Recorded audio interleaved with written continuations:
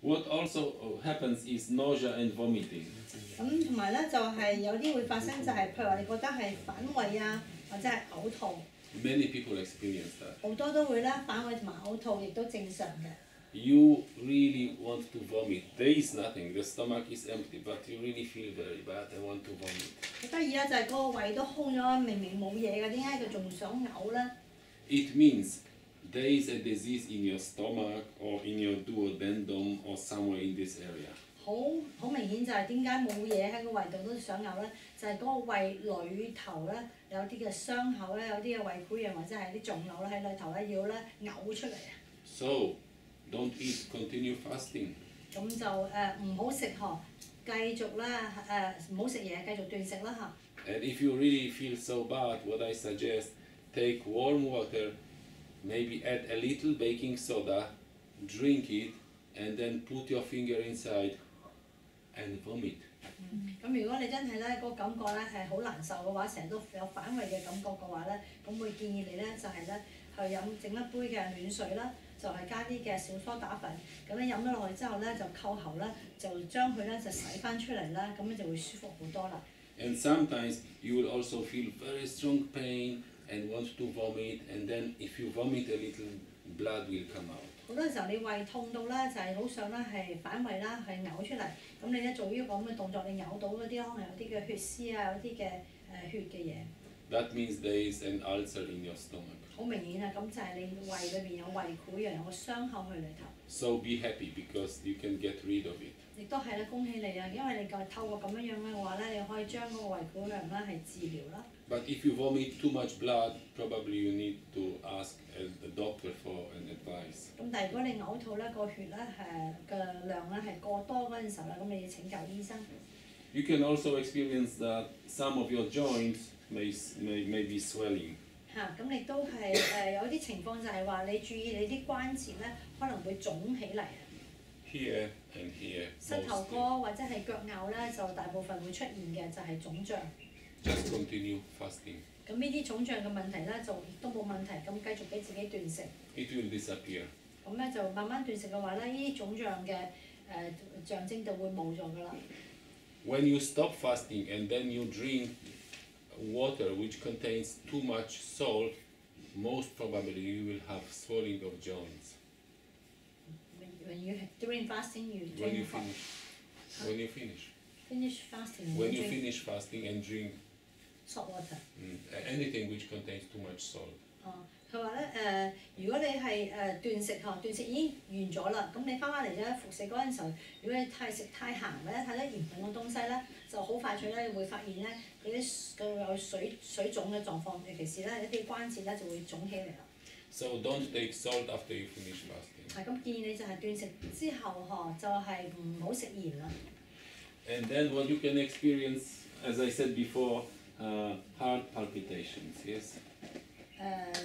heart 心跳係啦，心率咧係唔正常啦。 I just mentioned before, so I don't need to 啊 repeat. 咁頭先係講過啦，個心咧係會亂跳嘅。 And then loose teeth. 牙齒咧可能會變得鬆動。 Because you see, many times we have some problems, some diseases in the gum, under the teeth, and we are not aware of it. 好多時候我哋譬如有啲牙嘅牙周病啊，或者係咧有啲嘅爛牙啊、成啊，喺個牙床裏邊有好多嘅細菌，我哋唔知道啦。 So when you are fasting, you may feel that the gum become less strong, and if you touch the teeth, you feel they are moving. 喺啊斷食期間咧，你會發現你嘅牙肉咧，可能咧就會係比較鬆啊，鬆開嗰陣時候咧，你啲牙齒咧， So don't worry, let them move. 咁咧就會開始鬆動啦，會喐啦。咁你咧就唔好擔心，就有得啲牙咧係鬆都冇問題嘅。 They will not fall out. 佢唔會跌出嚟嘅棚牙。Well, sometimes they can fall out. 咁咧就，但係咧有啲情況亦都會跌出嚟。 If they are in very, very bad condition and the body needs to heal this area, then it will throw out the teeth. 咁咧咩情況會跌出嚟啊？咁即係譬如有隻爛牙或者係你嗰度咧好嚴重，本來咧就已經係壞晒㗎啦。咁咧個身體會逼佢出嚟啦，咁就會跌出嚟啦。 But in this case, next the third teeth will grow. 咁但係咧，你唔需要擔心。如果佢真係逼佢出嚟跌咗出去咧，你第三棚牙咧會長出嚟。So it is a very good and beneficial product for you. 嚇，咁對於嚟講掂啊，無端端得咗第三棚牙喎。You can lose also more hair. 有可能咧就係譬如話你會甩頭髮啦，會比較多啲。Well, just continue fasting. 咁啊，頭髮甩咗未關冇問題啦，咁你都係繼續係斷食。But of course, if this loss of hair is caused by emaciation, it means you are fasting too long. 咁但係如果譬如話你咧甩頭髮咧嗰個情況咧係因為咧你身體已經係過瘦啦，咁佢已經係去燃燒身體嘅肌肉嗰陣時候咧，咁樣咧甩頭髮咧就唔正常啦，咁你就要咧停止咧斷食。You may also experience psychic instability. 同埋你斷食咧一段時間咧，可能覺得咧我嘅精神啊或者我嘅情緒唔係好穩定。Most often you will notice that when you are fasting, you become irritated much easier and get angry much easier. 好多時候咧，你斷食嗰陣時候，你會開始發覺自己好似咁猛整咁樣樣啦，好似脾氣咧好壞咁樣樣。Because fasting is not only body is fasting, also the psyche, the nervous system undergoes quite big pressure. 咁樣就斷食唔係淨係咧身體裏邊有好大嘅壓力，喺精神方面咧都係咧有一個壓力嘅承受，即係承擔嘅。So don't worry, just continue fasting. 嚇，唔需要擔心，咁啊就繼續啦去斷食。If you get irritated easily, you can do the exercises you remember the day before yesterday and move the anger into feeling of love for yourself. 咁如果你斷食咧，覺得自己好猛震啊嚇，係好唔舒服嗰陣時候咧，咁你就可以咧係去鍛鍊一下咧，將呢一股嘅力量咧係化為咧一個嘅內在嘅喜悅。So it's not a reason to stop fasting, just continue. 呢個都唔係一個理由咧，係停止咧斷食咁樣繼續啦。You can also experience something which I call different reality. 咁啊，另外咧有一個嘅現象就話，可能咧會體驗到咧不同嘅實相。You may see that the things and the world do not function as I thought because you see more and more that it is just like an illusion, it's not true. 你斷食期間咧，去到咧某一個程度咧，你可能咧會睇到咧就係咧整個實相嘅幕後咧嗰個幻象，咁你就話原來我所想嘅跟真正發生咧唔係一回事嚟嘅。You can also see some spirits, some ghosts. 你除咗人之外啦，可能咧你已經去到一個靈性嘅層面，亦都睇到好多嘅無形嘅東西。You may have visions of different immaterial beings, maybe angels, maybe gods. 甚至乎咧睇到一啲嘅比較神聖啊、靈性嘅無形嘅存有，譬如包括一啲嘅所謂嘅神啊、天使啊，都會見到。It comes because the nervous system is become very under pressure. Nervous system under pressure. Fasting makes the nervous system under pressure, yes? Pressures the nervous system, makes it much more irritated. 因為點解咧？因為你嗰個斷食嗰陣時候，你整個嘅精神系統咧係好咧壓迫咯，咁你就會有啲壓力㗎，咁可能有啲嘅能量會逼出嚟，咁呢啲叫能量咧就會咧吸引啲無形嘅東西入嚟啦。One of the reasons is because all the senses become more sensitive, so more data is coming to the nervous system. 咁其中咧一個咧原因就係因為咧你斷食啦，咁啊好多嘅五官或者係你個感應啊、感知咧非常之敏感啦。敏感嘅話咧，亦都係咧係多一啲嘅數據或者係嗰啲嘅諮詢嚇，呢個叫量子諮詢就會走入嚟啦。So to help yourself, what would you do in such case? 咁如果你去到咁樣嘅狀況嘅話咧，你點樣可以幫助你自己咧 ？Inner joy. Inner joy. Yes, very good exercise in that moment. 喺嗰一刻嘅話咧，咁你哋練習咧喺 inner joy 都好好。And also we can do contemplation of passiveness. 咁或者俾自己咧做一個內觀。So I mentioned some of the things which can happen as unpleasant symptoms, but of course many other things can happen. 咁我咧列出嚟咧，淨係咧其中嘅一部分啦，就係喺斷食期間咧，有啲咧係唔愉快或者係唔舒服嘅症狀，但係唔係淨係局限住咁多，仲有好多嘅。Usually those different symptoms, the listed ones and the others, they are not a case where you should stop fasting. They usually mean you should continue fasting. 好多時候，大部分咧，你出現咧一啲嘅反應啊，或者一啲嘅咩症狀情況嘅話咧，唔係原因你停止咧係去斷食，咁咧係俾自己咧係繼續去斷食。So let's do an exercise. 咁而家俾自己去做一個身體嘅運動。今日分 question 唔好意思，頭先咧老師咪話，如果個瘦嘅人咧就未必用 fasting 同另嗰隻方法嘅，咁嗰個咩方法嚟嘅？people that are very thin。唔好咁乾斷。但佢話仲有另外一個方法啊嘛，佢話要佢哋冇做 fasting。For thin people，so you said that not just for fasting。But don't do fasting. 已經瘦啦，仲做斷食就係咯，咁有咩方法？What else method？ Because thin people, they don't have fat, and the muscles they have is just what they need, so there is nothing to eat. But when you are fasting, the body will eat. 咁咧，你平時已經瘦人嘅話咧，冇乜脂肪嘅，冇乜脂肪嘅話，你開始斷食嘅話咧，佢就蠶食啦，嗰啲肌肉已經本身已經係支持咗呢個生命嘅，咁就會唔建議仲斷食。The body will eat the remainings of fat and the muscles and the bones. 因為咧就你咁樣開始斷食嘅話咧，咁佢就會揾啦。如果冇剩餘一啲嘅多餘嘅脂肪咧，開始咧就蠶食嗰啲肌肉啦，包括咧係骨頭。So instead of fasting, what you do is conscious eating because it's a strong healing method. 係啦。Plus herbs. 各沾食晒，同埋咧加啲草藥係草本。Because herbs are the most powerful medicine on our planet. 草本啊、草藥啊，係喺地球上面最強嘅一個嘅療愈嘅食物。You just need to know how to use herbs. 你淨係咧要識得去研究啦，知道咧咩嘢草本係幫到自己。Fasting is not always the best solution. 斷食唔係一定係最好嘅療愈嘅方法。So let's do an exercise. 咁我哋去做一個運動。A simple one. 呢個比較簡單。You can find a little space around you. 揾個地方屬於自己嘅，散開。And put your hands like this. 雙手咧放喺頭頂。Stand comfortable. 記得舒服。And then sit in air. 咁咧就坐空氣。And sit as long as you can. 空 90 氣 degrees. 90度。90 degrees. 膝蓋90度彎曲，屁股往後。But not like this. 唔係屁股趌起，屁股往後。Be 90 straight. 度，隻腳90度。Be straight. 係直嘅，嗰個脊椎係直嘅。When you feel pain, then okay. 咁啊痛咧就頂唔順就起身啦。So you see, that's okay, that's enough. Just 30 seconds. 夠啦，30秒鐘就夠啦。Simple exercise and efficient, and now you feel better. 簡單啊！做完之後有冇醒啲？ So we can continue. Unless you want more exercises. 除非平時做多啲就繼續做。But there is no need now. 唔需要啦，係咪？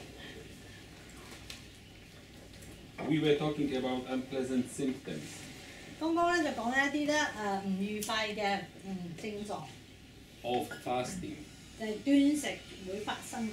Because inertia or non-eating, they have no unpleasant symptoms. 因為如果全辟谷或者係咧不食嘅話咧，唔會有啲咧唔愉快嘅症狀出嚟反映出嚟。 I want to make a comparison between fasting and inertia. 咁我就去比較啦，就係斷食啦，同埋咧係全辟谷嘅比較。 What's the difference? How to recognize whether you are fasting or you are in inertia? 你點樣知道自己嘅狀態？就話而家我係斷食緊啦，定係我係辟谷緊咧？ Well, there are at least 3 features that you can pay attention to. 有3個嘅特徵咧，你可以咧去注意一下。 First, 第一， body weight changes. 你睇下佢咧，每日咧去量下自己嘅體重咧有冇改變先。 When you are in the state of inertia, 如果你已經進入一個全辟谷嘅狀態咧， the body weight will stabilize. 體重咧係會穩定嘅，唔會再變㗎啦。 And it will be the perfect one for you. 同埋咧，呢個體重咧對你嚟講咧係最理想嘅。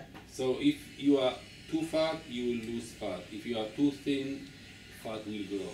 咁如果你係咧太肥嗰陣時候咧，咁咧就會脂肪咧就會失去。咁咧如果你係太瘦嗰陣時候咧，佢就會咧係會俾你長肉出嚟。 I remember when I was not eating, and then I went outside and become active I gave seminars, then I usually lost about 2 kilograms within 2 days. 我記得啦，當其時咧就譬如話我係好活躍㗎，我個生活咧就係、我一路咧係全逼谷 in India right at that time is。Non-eating. 我嗰陣時候咧係冇食嘢，咁但我仍然咧去工作。譬如我咧去出去咧就講嗰啲工作坊，好似咁樣講足咧2日啦2 day 嘅，咁我就會跌咗咧2公斤2個 kilogram。I put too much energy into talking and emotional engagement. 因為咧我咧係好多力氣啊，花咗咧譬如話係講嘢啊，咁同人啊一齊啦去活動啦。So the body was not stable and it lost weight. 咁咧就我體重咧就唔穩定啦，咁咧我就跌咗2公斤。Then when I come back home, I become quiet, do some exercises, and the body weight grew back 2 kilograms within 3 days. 咁我翻咗屋企嗰陣時候都冇食嘢喎，咁但係我俾我自己休息啦，做翻多啲嘅體能運動啊，比較安靜啲嗰陣時候咧，3日內咧我就將嗰個2公斤咧就翻嚟啦。So in the case of inertia or non-eating, the body weight will always go to the most perfect one, which is for you. 咁如果係不食同埋全逼谷嘅話咧，你嘅體重咧佢自然會咧係調整到咧一個咧最啱嘅狀態咧，咁就會穩定啦，唔會再跌啦。But in case of fasting, the body weight will always go down, never stop going down. 記得啦，最一個好大嘅特徵就係咧，斷食嗰陣時候咧，你個體重咧就一路咁樣降低，越嚟越少嘅啫，佢唔會停嘅，慢慢可能個速度比較慢啲，但係佢都會一路咧係跌落去。So when you start fasting, you may lose like 3 kilograms in 3 days. 咁可能你開初咧，但係頭嗰3日嗰陣時係跌得好快，3日可能跌咗3公斤嘅都有可能啦。And when I was fat, I fasted for 3 days. I lost 5-6 kilograms. 咁我嗰時我好肥嗰刻嗰陣時候咧，我就3日咧就已經跌咗5-6公斤啦。But then later you lose weight slower. 咁但係慢慢時間過嗰陣時候咧，就嗰啲體重慢慢跌咧就會慢好多。And after several weeks of fasting, you may lose like half a kilogram in 1 week only. 如果你長期去到斷食嘅話咧，最後嘅階段可能咧幾個禮拜咧就先至跌咧半公斤。But you always lose weight all the time. 咁但係斷食咧就一定係體重咧一路咁樣下降嘅。In fasting. 喺斷食。None when you are in the state of non-eating or inertia. The weight will be quite stable. 不食同埋辟谷咧就會穩定嘅，嗰個體重就唔會再跌㗎。And then look at the physical and psychic and physical conditions. 咁咧就睇翻你自己咧喺心理、精神上邊同埋身心嘅狀態係點樣樣。When you are in the state of inertia or non-eating, usually you feel very well. 不食同埋全逼谷嗰陣時候，你身心嘅狀態咧，你係非常之正嘅，係覺得好舒服啊，好好嘅。Which means the body is full of energy and you have good mood. 咁同埋咧係精神充沛，心情愉快。Usually you are full of joy and emanating love. 喜悅滿嘅愛。And people can see that. 人家都感受到你嘅。They see you are healthy and they feel you are full of love. 感受到咧你好健康，同埋咧係充滿愛。But when you are fasting, most of the time you look like a suffering man. 如果你斷食嘅話咧，人哋睇你哇，你咁苦嘅，捱乜嘢啊 ？Especially when you are fasting for a long time, yes. 尤其是咧，你斷食已經係好耐啦，咁你就睇落去咧就真係好苦啦。And for sure, when you are forcing your body to fast longer than it should fast, which means you are emaciating your body. For sure, you will not look well. 咁尤其是咧，你咧斷食啦，去到咁長嘅時間，去到咧係你逼你自己咧唔食嘢，去到已經係過瘦或者消瘦嘅話咧，就好殘嘅個樣，你睇落去咧就好差啦。I saw people who were claiming that they live without food. They say, I am pranic, I am living without food naturally, but when I look at them, I immediately know what they do is emaciation. 好多人咧喺度咧自稱咧自己，睇下我就係全逼谷者啦，我不食者。咁但係咧，我睇落去咧，呢啲人嘅能量啊，所有一切咧，我覺得佢咧係真係病㗎，真係消瘦，根本都唔係咧喺度捱餓，根本都唔係咧呢個不食者。And those people, when they force, they really hurt the body and probably will die earlier. 咁如果你而家咁樣強迫你自己咧，就繼續落去啦，可能唔多久咧就會死啦。Another thing which makes a big difference between fasting in India is how the body is built and sustained. 另一樣嘢咧就係咧斷食同埋咧辟谷嘅一個好大唔同咧，就係個身體咧點樣去維持嗰個狀態。In case when the body is fasting, then there is only one real way how the body is built and sustained. You would have to eat again. 喺斷食嘅狀態嘅話咧，咁就如果你真係要維持呢個嘅生命嘅話咧，就呢個身體咧一定要咧必須要咧服食咧，佢先可以維持到。In case of inertia or non-eating, the body never asks for fasting, does not feel hungry. 喺不食同埋咧全辟谷嘅話咧，咁就冇一個結束咧，個身體亦都唔會咧要求你俾嘢佢食咧，係唔會有服食嘅呢一回事啦。Because it is fully built from the air that you breathe and from the sunlight, sunshine, and from we could say chi, the energy of the environment. 因為喺你呢個咁嘅狀態，呢個身體咧係靠乜嘢咧？係維生咧？佢係靠陽光啦，靠空氣啦，甚至乎咧啲氣能咧係維生，所以佢唔會要求你咧係俾啲外來嘅食物佢。Actually, to be precise, I should say it's not the energy from the environment. It's the energy that you create because you have will of life. 可能咧，我唔應該講啦，話係依靠咧外來咧環境裏邊嘅氣流，因為你自己本身咧裏邊咧你有一個好大嘅強烈嘅意願，嗰個自由意志咧係要咧活落去嘅。So in case of non-eating and inertia, your will of life is enough to sustain body. But when you are fasting, your will of life is enough to sustain the body. In fasting, will of life can or cannot? No, we are fasting, it means your will of life is not enough. Enough, OK。咁即係話喺全辟谷或者係不食嘅狀態嗰陣時，淨係單靠你嗰個自由意志，你要活落去嗰個意願咧已經係足夠咧，你維持啦生命啦。就相對咧，如果喺斷食嚟講咧，淨係靠意志咧咁樣死撐咧係唔得嘅，唔夠嘅。So when you look at those three features and you analyze someone who claims he is fasting or maybe non-eating, then you can easily recognize whether he is in the state of inertia or fasting. 咁你根據咧呢三樣嘢去評估嘅話咧，你就可以咧一個人咧佢咩個狀態，咁你單呢三樣嘢計下數啦，就知道咧佢係喺斷食啦，仲係啦，或者係已經進入咗啦不食辟谷嘅狀態。So he may be in inertia, non-eating, or fasting, or maybe even starving. 佢可能咧係辟谷、不食、斷食，甚至乎原來佢乜嘢都唔係，佢喺度捱緊餓。Actually, I met many people who were in the state of starvation and they claim they are in the state of non-eating. 我碰到呢啲太多啲人啊，佢餓到死喺度捱餓啦，就話咧自己啦喺度啦辟谷者。But I didn't say anything. 當然唔會揭穿佢啦，係咪 Let them experience. 係咯，不過唔好意思，我想問下會唔會有一刻，例如佢捱下我咧，就突然間就升華咗，就變咗我一劈到谷啦，會唔會咁樣嘅 Possible that somebody that in the beginning they're in starvation, and then all of a sudden that the starvation point, and then they go into the immediate stages. And also the opposite is possible. 有可能，亦都係雙方樣都有可能嘅。You are in starvation, but you do something with your mind, you allow your energy to emanate, and then you switch to inertia. 你捱餓咁，但係咧，你為做啲嘅心態或者係咧做啲咁嘅觀想，令到呢一幅 picture 啦呢幅嘅形象啦，就搞掂嘅觀想完之後，咪成咗呢個全辟谷，咪就唔餓咯。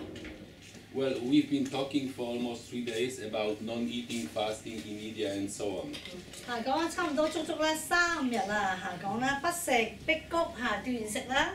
But I guess not all of you will go into inertia. 咁咧，可能咧大部分嘅你咧係仲未打算咧係進入咧係全辟谷咧有咁嘅目的嘅。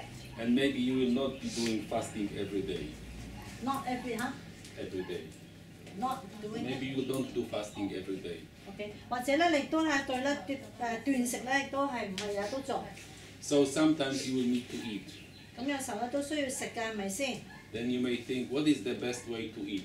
咁你就話嗱，我而家咧又唔辟谷啦，又唔係唔食，亦都係未斷食嘅話咧，咁日常生活食嘢咧點食先至叫做好啲啊 Are there any principles that rule eating? 有冇咧有啲咩嘅原則，有啲咩嘅規則咧係可以咧令到我咧飲食咧上面咧係改善咧？ Well, there are some principles if you want eating to be most beneficial for you. 咁你話如果我食嘢嘅話咧，咁我根據啲咩嘅原則咧去食咧，咪比較對自己係有用咧，有利咧？ Principles of proper nourishment. 咁就係話點樣食咧，先令到自己咧有適當嘅營養咧？ I have listed about 10 principles of proper nourishment. 咁我列出嚟咧有10個基本嘅原則啦，係適當嘅飲食。 Actually, if you follow conscious eating, you don't need the rest because conscious eating contains all of this. 咁如果咧你能夠掌握嗰個覺知飲食法嘅話咧，就唔需要咧跟到咧呢度咁足啦，因為咧佢已經包含晒咧我所寫出嚟嘅嘢。 But before you really start to practice conscious eating, maybe you will want to do something else and still benefit from eating. 咁可能咧你咧個覺知飲食法咧未去到咧練就得咁上手嗰陣時候咧，有其他嘅一啲嘅guideline 啊指引嘅話對有幫助。 So we have the principle of sufficient chewing. 咁咧有一個咧就叫做咧係做足夠嘅咀嚼。 I already explained this. 咁之前我已經講過點解要足夠咀嚼咁重要啦。 When I was talking about drinking juices. 尤其是咧係飲果汁嗰陣時候。 In general, you chew as long as you need to change the food into complete liquid. 你要照幾耐啦？照到啦嗰個食物咧喺你個嘴巴裏邊咧變體咧液體為止。 Which means never swallow something which is not a liquid. 咁即係如果佢未變化成為液體嘅話咧，就唔好咧吞佢落去肚度。 Well, maybe except sometimes when you eat chemicals which are known as medicine. 咁咧就除咗咧就係你吞藥啦，咁藥咧就唔能夠變液體啦，咁咧就例外啦。 Because they may have quite awful taste. 咁你咬爛咗粒藥咧，就會苦到死，可能唔理想啦。 And you see, awful taste means that the body is rejecting it. 係咪？咁如果你咬落去咧爛咗咧，佢好難食嘅話，其實你嘅身體咧係會抗拒佢啦嚇。 So there is another reason why we should chew the food quite long until it becomes liquid and then changes taste. 咁同埋點解咧？另一個原因點解要照嗰啲固體食物照到咧咁爛到好似液體咧，直至甚至乎嗰啲味道都變咗啦？一個原因係乜嘢咧？ When you take a solid piece of food and you start to chew it, after some time it will become liquid. 咁你咧就咬一啖嘅固體，咁咧就擺喺嘴巴度照到佢咧變成液體之後咧，嗰個味道開始就轉變啦。 And then don't swallow yet, continue chewing. 唔好啦，馬上啦係吞咗佢就繼續咧係去咀嚼。 You will feel it changes taste. 咁咧就慢慢感覺到咧，依個嘅食物嘅原味咧開始就變啦，個味道變咗啦。 And that is very important moment. 好重要啦，當佢味道一改變嗰陣時候咧。 Because when it changes taste, then the body can decide by using the sense of taste whether this food is suitable for the body or not. 好重要就係當佢變咗味道嗰陣時候，呢個味道咧，你個俾個信息俾個身體，個身體可以決定就係話呢一個食物咧，其實咧適唔適合我身體，我身體需唔需要咧呢一樣食嘢咧，佢可以引定佢。 We have the sense of smell and taste here. 我哋好多嘅感官啦，係通過我哋嘅五官啦、聞啊，咁就睇到啊咁樣樣。 Not in the stomach. 咁好多時候我哋感官咧係喺我嘴巴喺呢度啦去感應，唔係啦落咗個肚咧先至我胃咧先去感應佢。 So when you swallow something before it changes taste, which means it becomes the real taste, you don't know whether the body wants this or it doesn't want. 如果你照佢照得唔夠耐嗰陣時候，佢仲未變到個味道嗰陣時候咧，就咕一聲吞咗落去嗰陣時候，個身體咧根本咧分辨唔清楚，就係話呢個係咪真正嘅味道咧？我身體真係需唔需要呢一樣食物咧？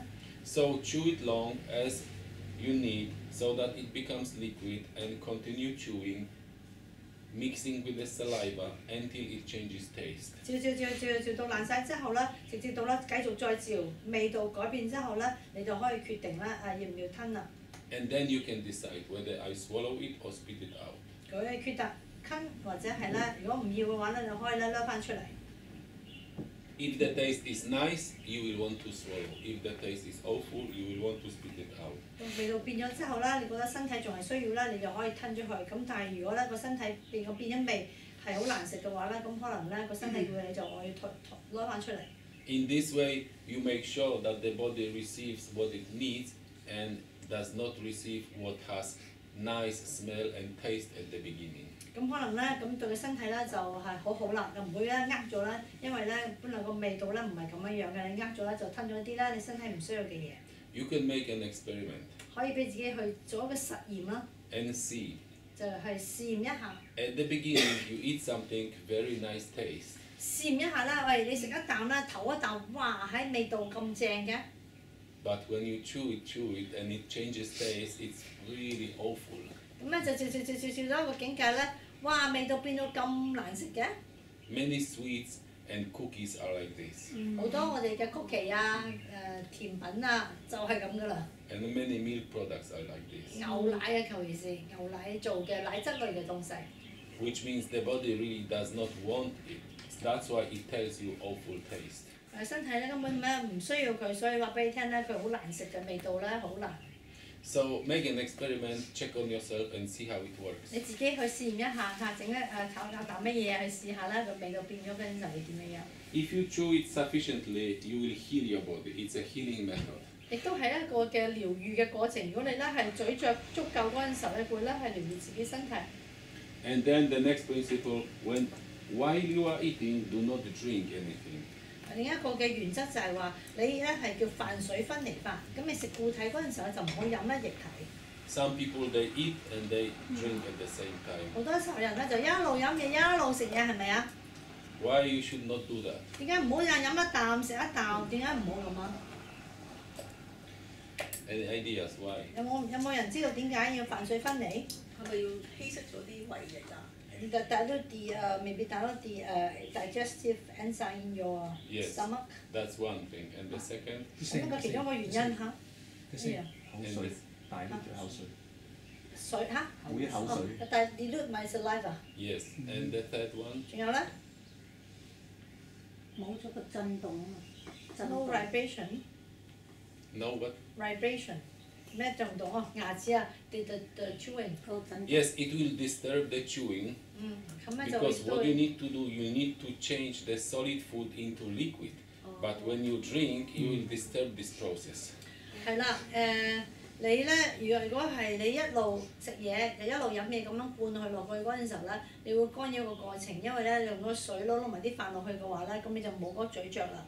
Because people usually drink because they want to eat faster, yes? 係咪好多時候我哋急急腳嗰陣時候咧，飲一啖嘢想咧吞咗佢落去，想食快啲。So never drink while you are chewing. 即係你咬個固體嗰陣時候，唔好一路咬就一路啦，灌咗落去，灌水落去。 If you want to drink, then drink before eating. 咁咧，如果你飲液體嘅話咧，就係咧固體之前咧就飲飽咗之後就開始就食嘢啦。 And when you finish eating, don't drink at least 2 hours. 咁啊食完咧固體咧，亦都係咧停止嚇2個鐘頭之後先至飲嘢。 Well, it also depends what you finished eating. Because if you eat fruits and you chew them well, then you can drink water after even 20 minutes. 咁呢個原因咧就係都係會視乎㗎，視乎你食啲乜嘢啦。咁如果你食啲比較咧係容易消化嘅，譬如水果，咁水果咧你做到爛晒咧食落去咧，咁可能你食完之後半個鐘頭之後都可以飲水啦。 And of course, proper combination of food. 咁咧就組合啦。我哋食嘢咧係乜嘢搭咩嘢食咧係最好嘅。 People usually don't pay attention to this and they mix everything together. 好多人咧都唔會去留意咧食嘢嗰陣時候乜嘢搭乜嘢食咧係最好。 So I give you some examples of most often errors in combining foods. 咁俾你一啲嘅例子就係話咧，你食嘢嗰陣時候咧有啲咩嘅係叫做錯誤嘅示範。 So don't mix protein with sugars.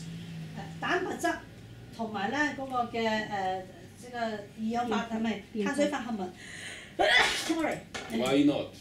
碳水化合物同埋嗰個蛋白質咧唔好溝埋一齊食，點解咧？ And also don't mix fruits with vegetables. 亦都咧水果同蔬菜咧唔好咧撈埋一齊食，點解咧？ Very often error people do. Mix carrot with apple. 呢個咧係一般晒你哋常犯嘅錯誤啊！就嗰個蘿蔔啦，就溝咗一個蘋果。 A serious mistake. 其實呢個咧係錯誤嘅配合。 So why you should not mix different types of food? 點解咧？水果亦都咧唔好啦，撈埋咧咁多唔同嘅水果咧就一齊食。 Tell me why. 你話幫我聽點解啦？先食咗喎，咁點啊？ I just ate. I just make this mistake. Don't worry, we all do that. 過去咗啦，唔需要擔心。 Well, because you didn't know, yes? 你之前唔知道嘛， So you didn't have a choice. 咁啊之前唔知道冇選擇啦， But now when you know, 咁你而家知道啦， you have a choice. 咁你可以有一個選擇， You can consciously harm yourself or decide not to. 咁你就可以咧，即係好有意識嘅明知故犯啦，或者你選擇咧係改善自己。 So I am talking this to give you a choice because when you have a choice, you can decide. I don't want you to change your eating habits. 咁我提供呢啲資料咧，係俾你咧提高一個意識啦，咁你就可以繼續咧去好負責任地咧、覺知地咧去選擇，唔係咧要你做啲好大嘅改變，你自己去咧安排啦。 Have you heard about digestive enzymes? 有冇聽過啊？消化嘅酵素， They are kind of chemicals 消化嘅酵素亦都係一種咧化學嘅嘢。 that are excreted by the body. 呢一種咧化學嘅液體咧，亦都係身體裏邊咧自動會咧釋出嚟嘅。 They are also in the saliva. 亦都係喺口水裏邊咧含有一啲嘅酵素啦。 And so you see, for carbohydrates, for sugars, we have some enzymes. 喺嗰個碳水化合物啊嚇，咁咧就血明碳化合物即係佢有糖分嘅嘢咧，佢哋有啲特定嘅消化酵素。 For fats, we have other type of enzymes. 如果要消化咧脂肪咧，嗰個酵素亦都唔一樣嘅。 For proteins, we have other type of enzymes. 蛋白質亦都咧有唔同嘅酵素。 So, but if we mix together different enzymes, then they will react among themselves and neutralize, which means they become less effective. 如果你咧係撈埋咧食唔同嘅嘢落去嗰陣時候咧，咁咪釋出咧喺個胃度咧唔同嘅酵素，咁酵素同酵質咧咁混亂嗰陣時候咧，佢哋嗰個功效咧就減弱啦。 If they are less effective, then the digestion cannot occur properly. 咁如果咁樣撈埋晒一齊咧，咁佢嘅酵素嘅發揮功能咧減弱嘅話咧，個消化咧就唔做得咧完美啦。 If it doesn't occur properly, it means it will putrefy in the body. 消化得唔好咧，佢停留喺個胃嘅時間咧過長咧就會咧腐爛啦。 And look at nature. 係睇下大自然。 How do they eat in nature? 你知唔知道咧動物點樣食嘢咧？ They just eat one thing. 每一次淨係食一樣嘢啦。 If the cow eats grass, it will eat only grass. 咁如果只牛啊要食草咧，佢淨係嗰一餐就淨係食草嘅啫。 If the lion eats meat, it will only meat, not meat and grass. 咁就獅子啦，食肉咧就淨係獅子就食肉，唔會咧食完肉就夾啲菜。 If the ant come, it will eat only sugar from the candy. It will not mix sugar with tea and with salt. 螞蟻咧就食糖就係食糖，又唔會啦喺路上面咧又食啲飲啲茶啊，又食啲鹽啊，食啲糖。 Even the monkeys, if they eat banana, they just eat banana. They don't mix it with leaves. 馬騮食香蕉就食香蕉，唔會食香蕉就食啲菜。 So only people have this idea to mix different 淨 types 係得人類啦，淨係就將啲嘢撈埋嚟食嘅啫。 strange idea which is not natural. 咁奇怪嘅，唔自然嘅。 So if you want to follow nature, 如果你想咧跟住大自然咧， then focus just on one type of food. 每一餐食一樣嘢。 Which doesn't mean you eat only carrot and nothing else, for example. 唔係話你成碟咁樣紅蘿蔔就食紅蘿蔔，都唔係。 What I mean is don't mix different types of food. 即係咧唔同種類嘅嘢唔好撈埋一齊。 So let's say you want to eat fruits. 譬如話你話 OK， 我水果餐。 So there are fruits which grow on trees. 咁咧水果有分咧就係咧樹上邊嘅水果。 So you can eat apple, 蘋果、 mango, 芒果、 pear, and other. 梨。 All those which grow on 佢同類嘅。 high on trees. Yes. 同類嘅，咁佢喺即係樹上面啦，長大嘅水果果實。 Generally, you can mix them. 咁樣咧就一般嚟講咧喺樹上面呢啲咧同類嘅水果咧就可以撈埋嚟食啦。 But look, if you take mango and then you have this avocado. They grow on trees, but avocado is full of fat. Mango has no fat. It's mainly water and sugar. So don't mix fat with sugar. Yes. 啊，咁你就果實都係嘅喎。譬如話你牛油果咧就係咧大部分都係脂肪啦嚇。咁但係咧如果係芒果咧就係水分同埋糖。咁如果你咧牛油果同水分同埋糖咁樣撈埋嚟食嘅話咧，咁就唔得啦。And in China, when I was in the seminar, they all drink banana with spinach mixed in this 哇！ blender. 喺大陸咧上堂我哋好鬼中意咧，就係嗰啲香蕉咧就溝埋嗰啲菠菜咁樣打出嚟飲。I didn't say anything. I also drank that 我就一粒聲都唔出啦，都跟住飲啦。because they give me. Yes. 因為俾人整到埋嚟啦，就飲啦。But it's an example. You have banana, which is sugar, 香蕉係糖分好高㗎，即係咧係碳水化合物。 and it grows high in the sun 咁 on 香 tree. 蕉亦都係咧喺樹上面好高㗎，係咪長出嚟㗎？ And then you have spinach, which is leaves, green leaves, and it grows 菠 on the 菜 ground. 菠菜咧係咧同個地下係個地長出嚟啦，喺個土地啊好低嘅，有陰涼嘅地方。 So different types of food, they do not agree. 咁樣嘅唔同咧磁場嘅一個嘅植物咧，同埋個水果咧就唔係好啱咧撈埋一齊食。 Different enzymes for the banana, different enzymes for the green leaves. 香蕉嘅消化酵素同埋咧嗰個綠葉消化酵素都好唔一樣， You should not mix them. 最好唔好撈埋一齊食啦。 You see, nature does not allow mixing them. If animals want to mix, they cannot because they stay on the ground. They cannot jump on the tree and eat banana. 咁樣就啦，大自然咧都係咧唔鼓勵呢件事情嘅。睇下嗰個動物點會喺個地度食完之後咧，就喺度樹上邊咧就撈埋一啲香蕉食咧。 But you can take different leaves, some spinach and maybe some green onion and some other things, all of them which are green, and then you can mix them and eat together. 咁啊綠葉啦、菜咁好多唔同嘅菜都可以撈埋一齊食嘅。 Same with when you eat proteins. Yes? 譬如話咧你食嘅蛋白質都係一樣，蛋白質一樣咁嘅原理啦。 So that the same enzyme can digest the same type of food. 同一類型嘅東西咧，就同一類型嘅酵素去消化佢。咁係咪真係而家嗰啲咧？我唔知係咪叫單一飲食法，即係淨係食一種嘢嗰啲。咁其實如果according to老師講，即係都係一個自然嘅方式去食嘢。Right now they're promoting a method of eating.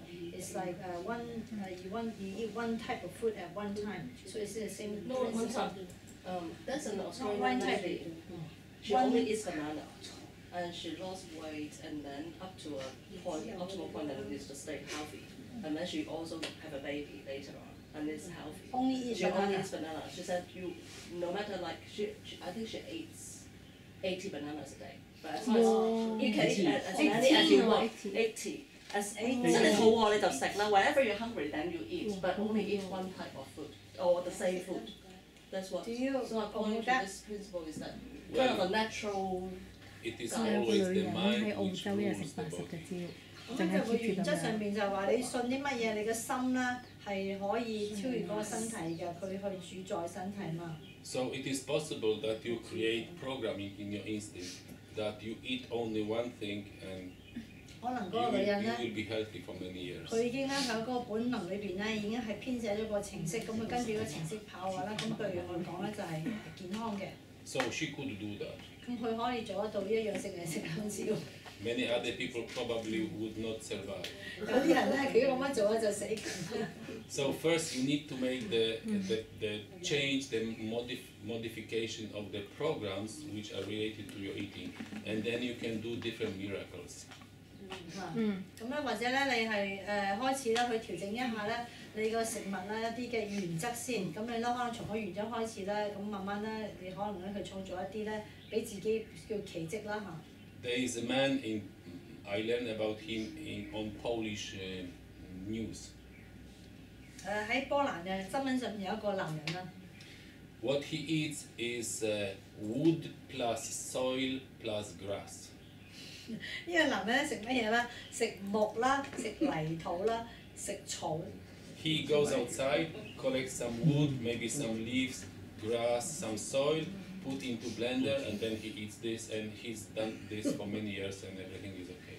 有個波蘭嘅男嘅新聞報告㗎，咁佢話出街咧，佢咧就攞啲木頭啊、泥土啊同埋啲咧草啊，咁樣就打落去攪拌機度攪碎咗之後去飲，咁對於嚟講咧就冇問題嘅。冇攪拌機冇問題嘅。And then I saw a program about men who eats only steel and glass.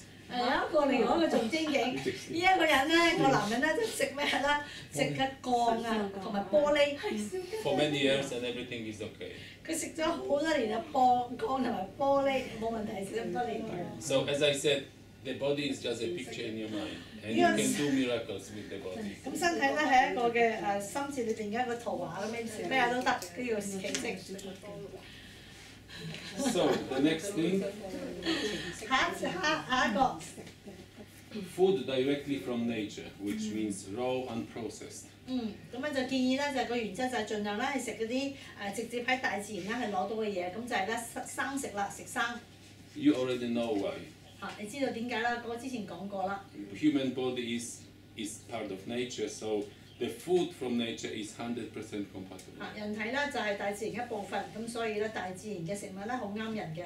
And you cannot improve the food from nature. There is no way to make it better. 太自然嘅食物啦，唔需要再加工㗎啦，佢已經係完美㗎啦。 If something is perfect, you cannot make it better. 本身已經完美，點樣再咧令到佢更加完美啦？ So you just go to nature, take it and eat. That's all. 係啊，咁好簡單，去大自然嗰度咧搜集落嚟就食得啦。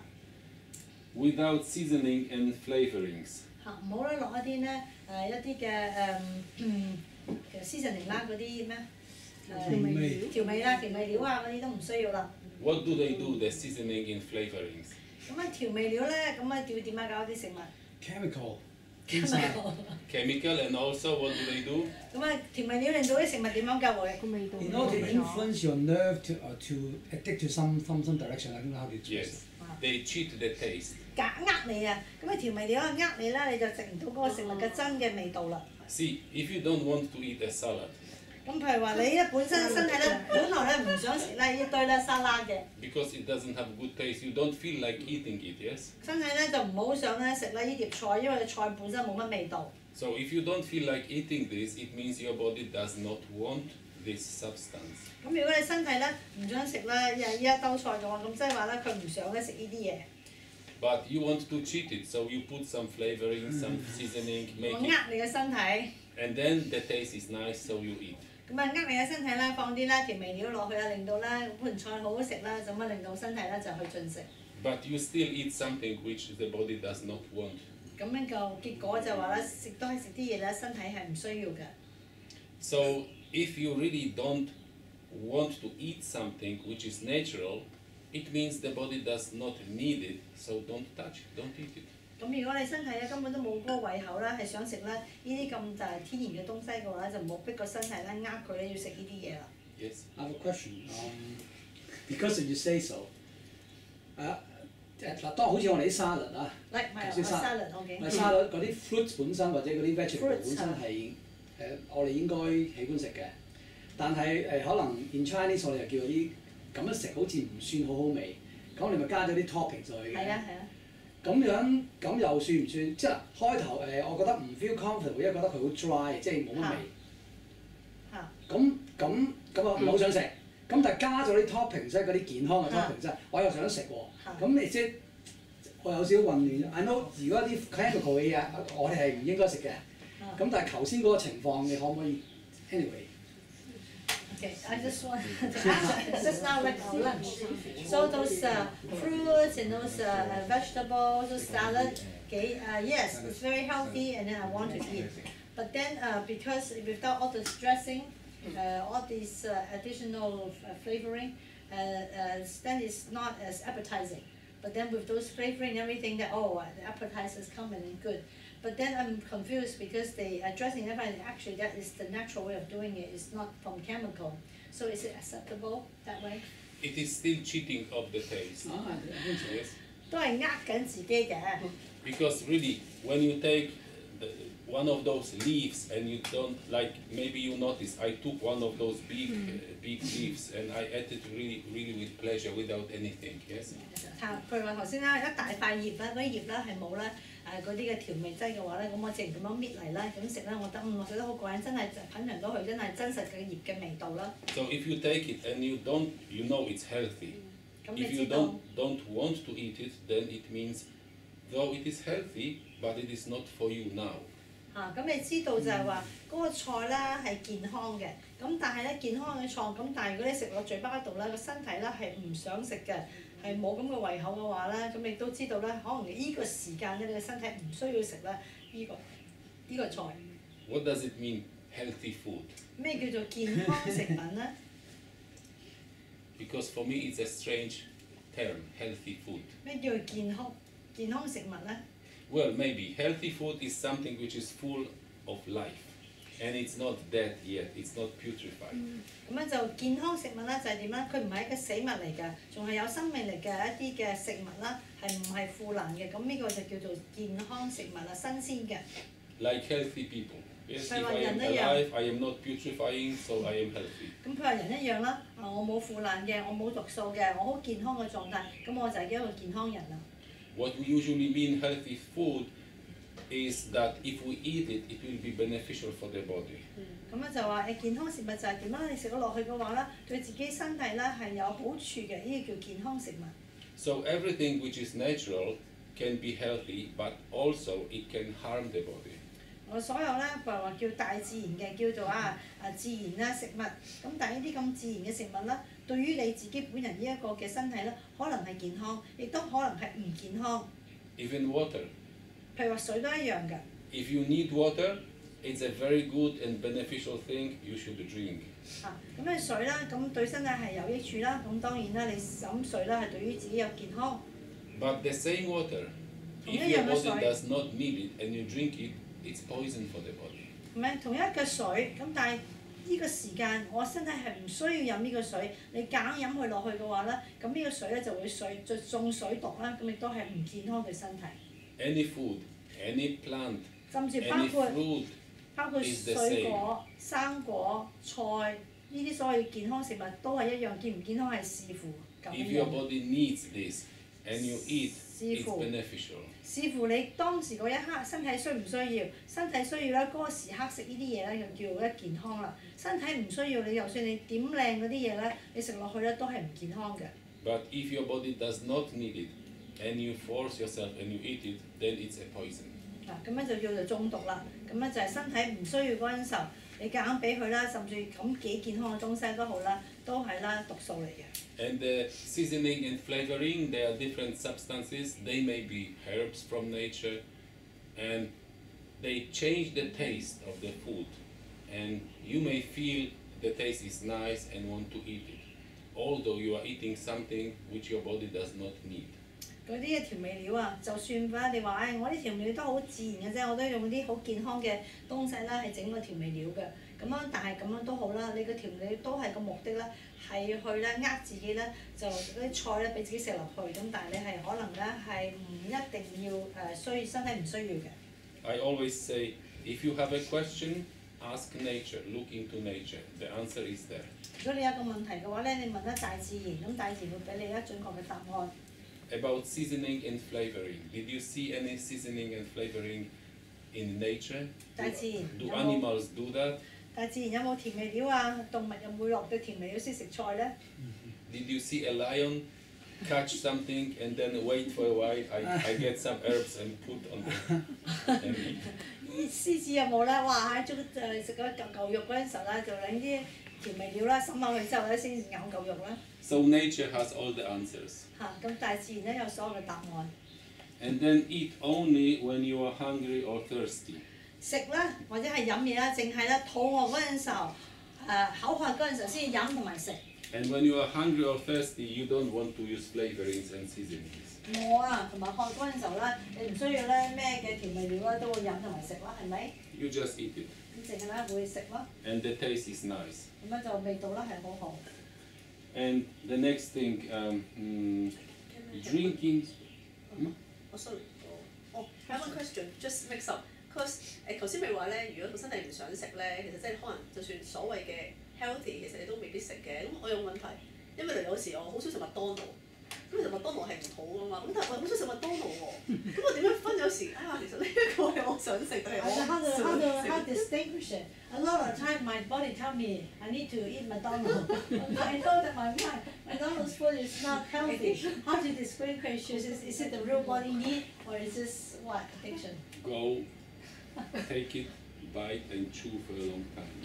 哦，你買個漢堡包，你咬一啖，照。Until it becomes liquid, chew until it changes taste, and you will know the answer. 你買個漢堡包，照到碎晒佢啦，變液體啦，味道變埋嗰陣時，你就睇下要唔要啦，食啦麥當勞漢堡包。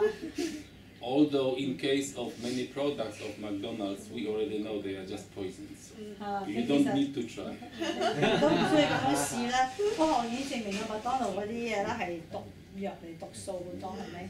Not only poisons, they contain chemicals which make you addicted to this type of food. 咁同埋咧，佢裏邊有啲嘅化學啦嘅嘢咧，等到你係成癮嘅、上癮嘅。The food industry uses some chemicals which makes you addicted to food. 好多咧係食物咧界嘅商業行為咧，就係加添一啲嘅東西喺裏邊咧，令到你咧係成癮。Yes. So, drinking and storing water. I will talk about it later. 嚇，飲水同埋咧點樣去儲存水咧，遲啲先至講。And do not eat after 4 p.m. 每日咧4點鐘之後咧唔好食嘢，原則上。Well, 4 p.m. is, let's say, a statistical average. 咁咧就4點鐘過後唔食嘢嘅話咧，呢一樣嘢咧係統計學嘅平均時間。The general rule says that you should go to sleep with completely empty stomach.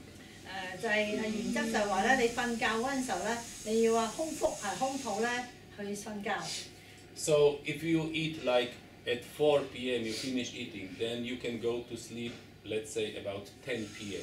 你4點鐘咧就之前已經食完你要該食嘅嘢啦，咁你咧就10點鐘到啦，就空咗個胃咧，就空腹啦，咁就可以瞓覺啦。Because statistically it takes about 6 hours. If we eat so-called normal food, it takes about 6 hours until the stomach is empty. 正常啦，如果我哋咧係飲食嘅話，要啦6粒鐘咧先至可以咧令到佢咧排翻出體外。But if you eat food which can be digested within 2 hours, then you can eat a little later, of course. 咁但係如果你食嗰啲嘢咧，佢消化咧係好好嘅，咁咪2粒鐘咧就消化完嘅話咧，咁你可以食嗰啲嘢。咁但係咧要佢完全消化好先至瞓覺。But I suggest the later it is, the less beneficial it is for the body to eat. The later it is, the less beneficial. The later, the worse. The later you eat, the worse. 越晏食嘢咧就越對身體越唔好。Yes. You eat at 4 o'clock, it's bad for the body. You eat at 6, it's even worse. You eat at 8, it's really bad. You eat at 10, you are just killing yourself. 4點鐘食嘢已經唔算好啦，6點鐘食咧更加之差，8點鐘食咧就慘啊，10點鐘食嘢就死喺度咧就自殺啦。So, if you want, you can do this. I never eat after 4, that's all. You can make this rule and see what happens within few months. 你係可以自己咧去試下嘅。我而家開始我決咗個決定啦。咁我嗰個原則就係咧，我4點鐘過後咧就唔食嘢啦。咁你試一輪啦，譬如話試100日啊左右，咁睇下你身體有啲咩改變。Or if you don't want to be so strict, you can say, I never eat after 6 p.m. 咁或者你話4點鐘太嚴格啦，咁你用試下6點鐘啦，6點鐘開始唔食嘢，咁你試一排睇下點樣樣。If you do this, you will feel that your body health is much better. After few weeks, few months, you will feel really better and you will be able to get up earlier and will not be so weak in the morning. 咁咧你咧淨係咧做啦咁樣一做一排嘅話，你會發覺你身體咧成個精神咧亦都好好多，咁同埋你夜晚咧就唔會瞓咁長，你好早起身咧就會精神奕奕啦。There is another reason also. 亦都有另一個原因。You see, at night, what happens with the body is self-cleaning. 同埋咧另一個原因就係咧，你晚黑瞓覺嗰陣時候咧，個身體咧喺度大掃除咧，係淨化自己嘅內臟嘅。That's why we have so many hours. We are fasting actually, and that's why in the morning we break the fast. 咁咧就因為咧，我哋喺晚黑咧呢個叫做咧，亦都係斷食。咁斷食完之後咧，咁我哋早餐已經叫 breakfast 啊，就係咧嗰個叫服食啊，就 break the fast 嘅意思。It again comes from nature. The human nature is built like this. You don't eat at night, so it means you are fasting through like 12 hours. Yes. 咁咧就應該係大自然啦。我哋咧晚黑咧太陽落山咧就唔食嘢㗎啦，咁俾自己咧有12個鐘頭咧係斷食。Eat for 12 hours and fast for 12 hours. 食12個鐘頭啦，同埋咧斷食12個鐘頭，呢一個係大自然嘅定律。So the night is the time of fasting. 晚黑太陽落山，咁就係咧斷食嘅時間啦。Why fasting? Because when you are fasting, the body has the energy for self-cleaning, not for digestion. 因為你咧當你咧係唔食嘢嗰陣時候咧，咁你釋放好多嘅能量啦，嗰啲能量係會轉移咧係排毒嘅時間，就唔係咧嚟緊消化嘅時間。And then when it is done, the self-cleaning in the morning, you wake up. You can wake up earlier and you are full of energy and strength. 晚黑啦，做完咧個大掃除嗰陣時候咧，咁身體都好乾淨啦，毒素排出體外嘅話，你朝頭早咧起身咧就好精神奕奕啦。But when you go to sleep with full stomach, the body have to digest it, so it doesn't have energy for self-cleaning. So next morning you are weak, and the body is poisoned. 咁你食到咁飽啦，去瞓覺嗰陣時候咧，咁瞓覺嗰陣時候咧，本來要排毒啦，咁但係咧就除咗晒啲能量去消化，咁你就好沉重啦，咁你瞓完之後會覺得個人都好攰啦，同埋第二日都唔精神嘅。And another principle: eat in silence. 另一個啦，就係咧原則就係咧食嘢嗰陣時候啦，唔好講嘢，靜默中食嘢，安靜咁樣食嘢。Why in silence? 點解咁安靜食嘢啊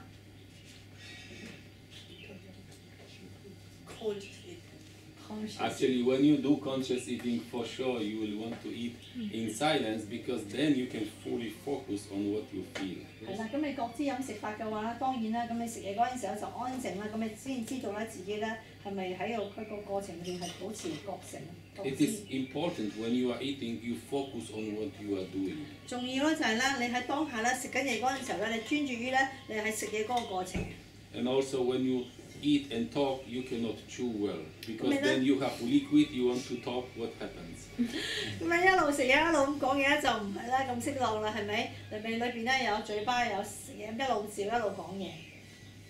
So roughly, these are the proper nourishment principles. 大概啦，呢啲咧就係啦一啲嘅比較適當嘅飲食嘅習慣或者係原則。